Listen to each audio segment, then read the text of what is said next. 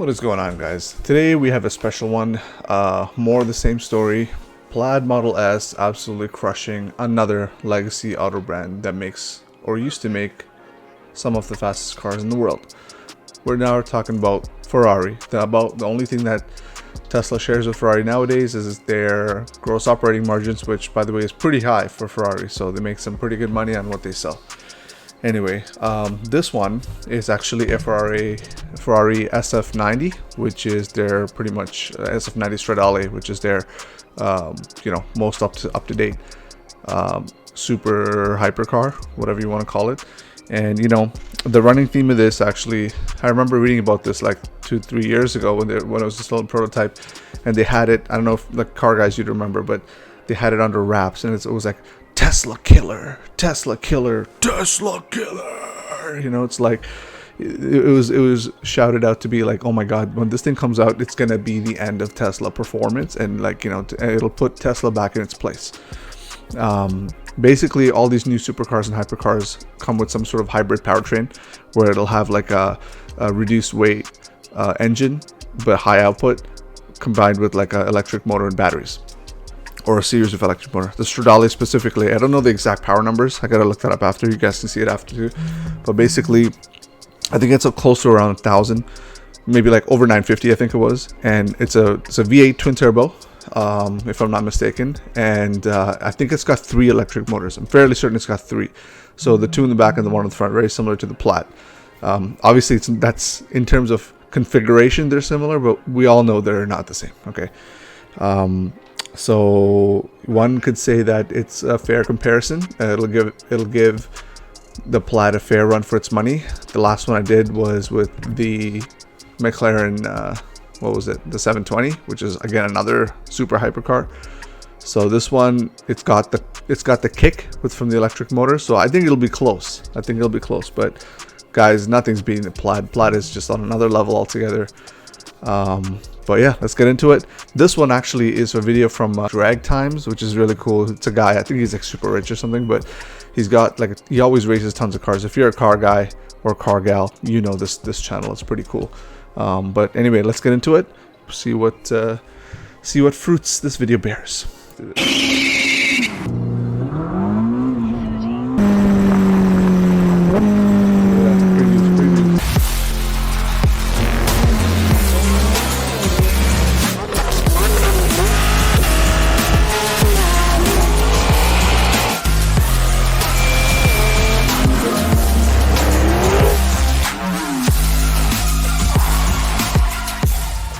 Hey everybody, Brooks from Drag Times here. Welcome back to the channel. The day is finally here. I think this is the second most requested video that I've gotten in a very long time. The first one, of course, was Tesla Plaid versus the Rimac Nevera, which no one thought would ever happen, and we put that together. An incredible race that was. This one should be a little more closer, of course. 1,000 horsepower each, not 1,900 horsepower like the Rimac had. But the question that comes to mind is 1,000 horsepower in a Ferrari? So these guys did a drag race between the Plaid Model S and the Rimac Nevera, which is, I think, the fastest car pretty much in the world in terms of acceleration. The Nevera is wicked fast. And the thing is, people always say, aha, there you go. See, Tesla is not the best, blah, blah, blah. But you guys don't understand. The Plaid Model S is a 4-door family sedan. The Nevera is a purpose-built hypercar. That thing, if you look at it, I think Bugatti bought the rights to it now too, which is crazy, right? But it's made to be that fast. And it costs like some millions of dollars or something ridiculous. I think it's like $2 million or something. And the Plaid Model S is like 10% the cost of that, even less. So please, I mean, it was pretty big, the gap, but not big enough where I'd pay millions of dollars for it, really. So anyway, let's continue.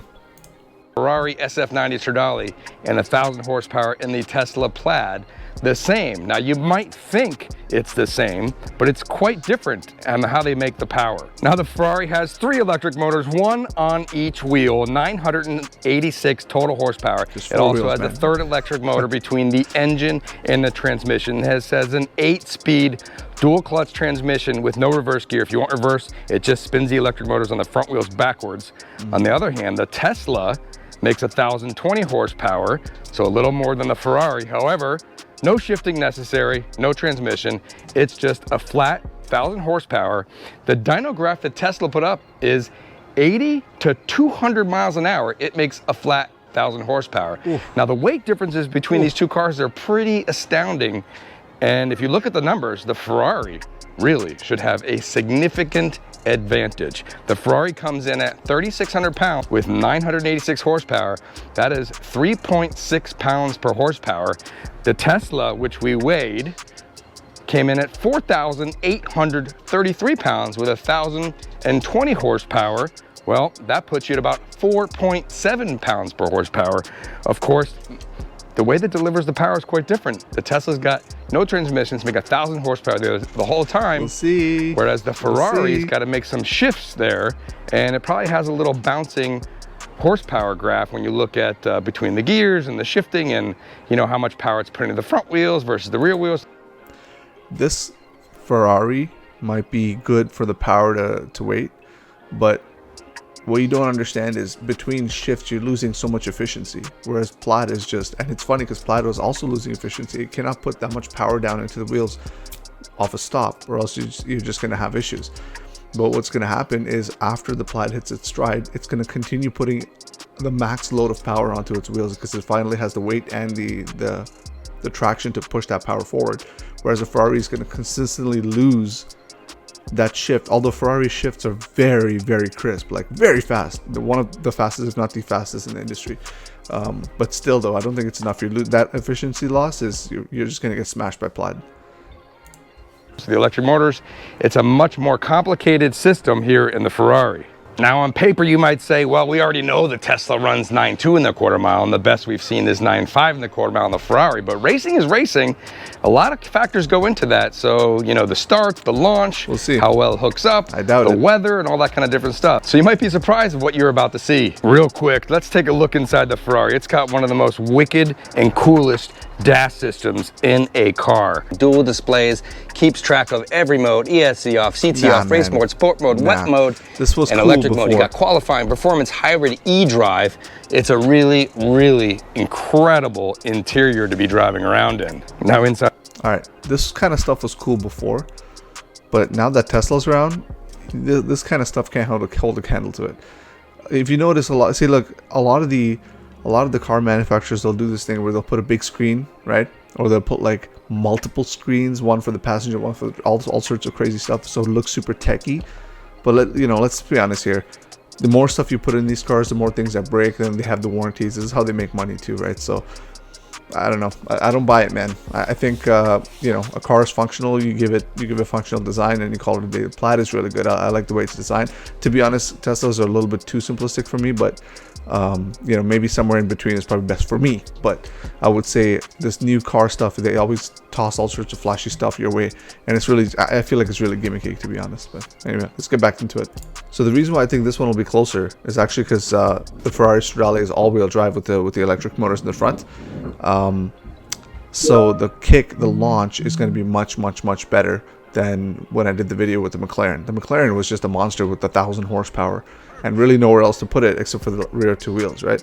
But this one's got all-wheel drive, so it's got a little bit of it'll control that torque a little bit more. So let's see how it goes. Let me skip to the race part. I'll leave the link to the actual video below. You got to watch it. It's actually pretty cool. I did see the race part as well, so I didn't see the full video, but I really just want to capture the essence of why we're here. So let me stop wasting your time. Hold on. Here we go.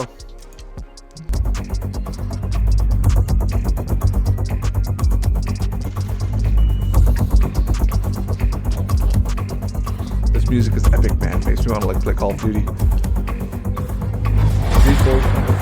V8 twin turbo. I knew it.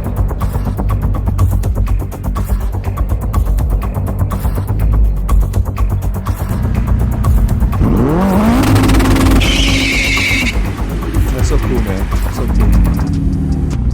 Ice cars suck, but I love this just sound is so good. Very responsive. It's a jump. I think Tesla lost that one. It went too early. Yeah, Tesla lost that one. I think it went too early.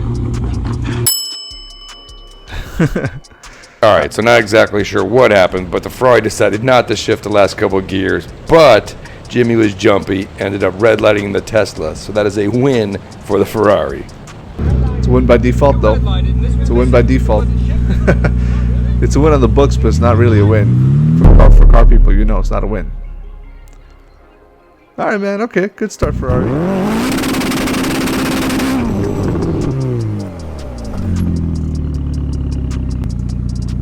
Let's go. Let's do it. Come on.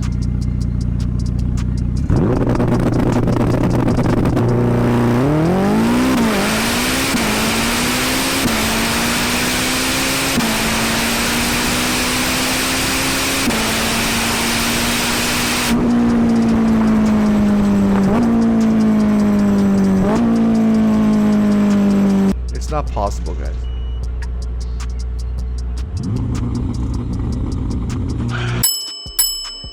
So, just so you guys know, when it comes to drag racing, it's absolutely primo to have a good start, right? And especially with the gas car, it's very tough. You gotta like rev the engine. You have to do all sorts of stuff with the transmission to make sure you're ready for that start.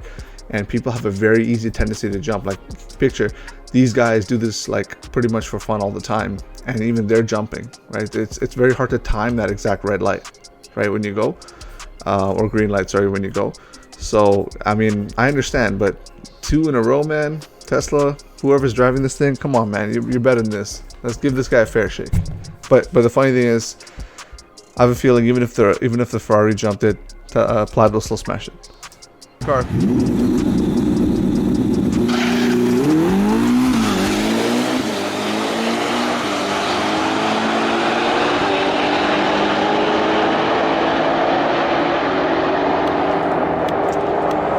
It's gonna be a close one. It's gonna be a close one. Which one is this? Did they give it to him? All right, so in this race, we actually both red lighted, but the car with the worst red lights actually loses the race. And in that case, that was Jimmy. So this is another win for the Ferrari. Now, typically we only do 2 out of 3 races. So as of now, the Ferrari would have run the entire thing. However, to be fair and give you guys some more content, we actually did 3 out of 5 races. Watch what happens. Come on, man, get it right. Get it right. Let's go, let's go. Oh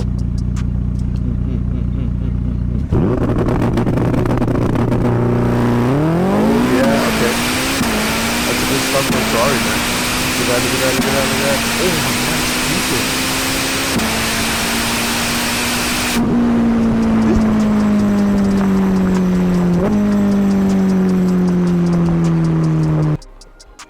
wow. You guys don't understand. This is the one thing that gas cars always, like people who drive ice cars, always like, oh man, if you get past a certain speed, you ain't touching us. If on a roll race, you ain't touching us. The Ferrari got the hit this time, okay, which means that they you know, he left a little, or better start. He got a little earlier, and the Tesla still caught him and probably beat him. Electric gas, what the hell, man? This is huge. It's over. Ice Age over.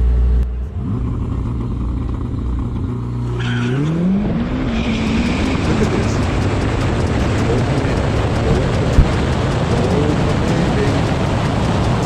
All right, so wow, that was insanely close. If I was betting money while I was driving that Ferrari, I would have put the money on me. Who do you think won? Comment below before you see the actual time slips and just how much one car won over the other.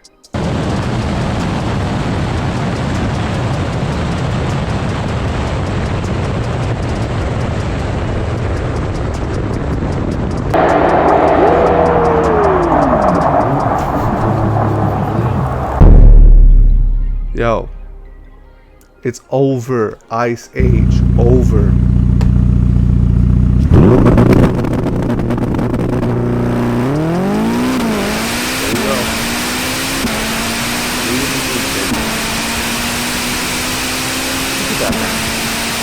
Stop.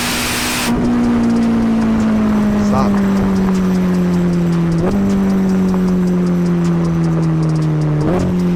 Another one bites the dust. Jesus. Anyway. I'm gonna leave the actual video in the description. You guys have to watch the whole thing. It's pretty good.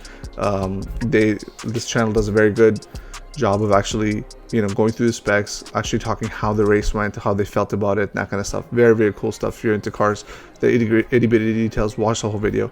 But another one bites the dust. This is it. The Plaid Model S. If the Model 3 and the Model S were the nails in the coffin for the ICE cars, so gas cars, the Plaid Model S is the sledgehammer about to smash the entire coffin with the nails. So, like, the entire argument that, I remember watching a video where an Aventador SV took on like a performance or a P90D Tesla, maybe like 4 years ago, and the video's like title was "When You Think You're Fast as a Tesla" or something, and the Lamborghini beats it after, I think after about like third gear, maybe like 60-70 miles per hour. And everyone's like, oh, you know, that's why Teslas suck, you know, like they're really good, they're like fast, you know, like roller coasters right off the you know, red light or off a stop, but you know, gas cars are going to catch it. This is evidence, and let's be honest here, that most people don't understand this, right? And most people don't understand this about Tesla from a car guy's perspective. Tesla's purely a technology play, and these guys are not stopping to innovate. See, with internal combustion cars, you can only make certain things a little bit faster or lighter, right? With Teslas, the battery itself is what matters, and the batteries that they're using for this Plaid Model S isn't exactly the stuff that they would want to use in terms of the full performance spread.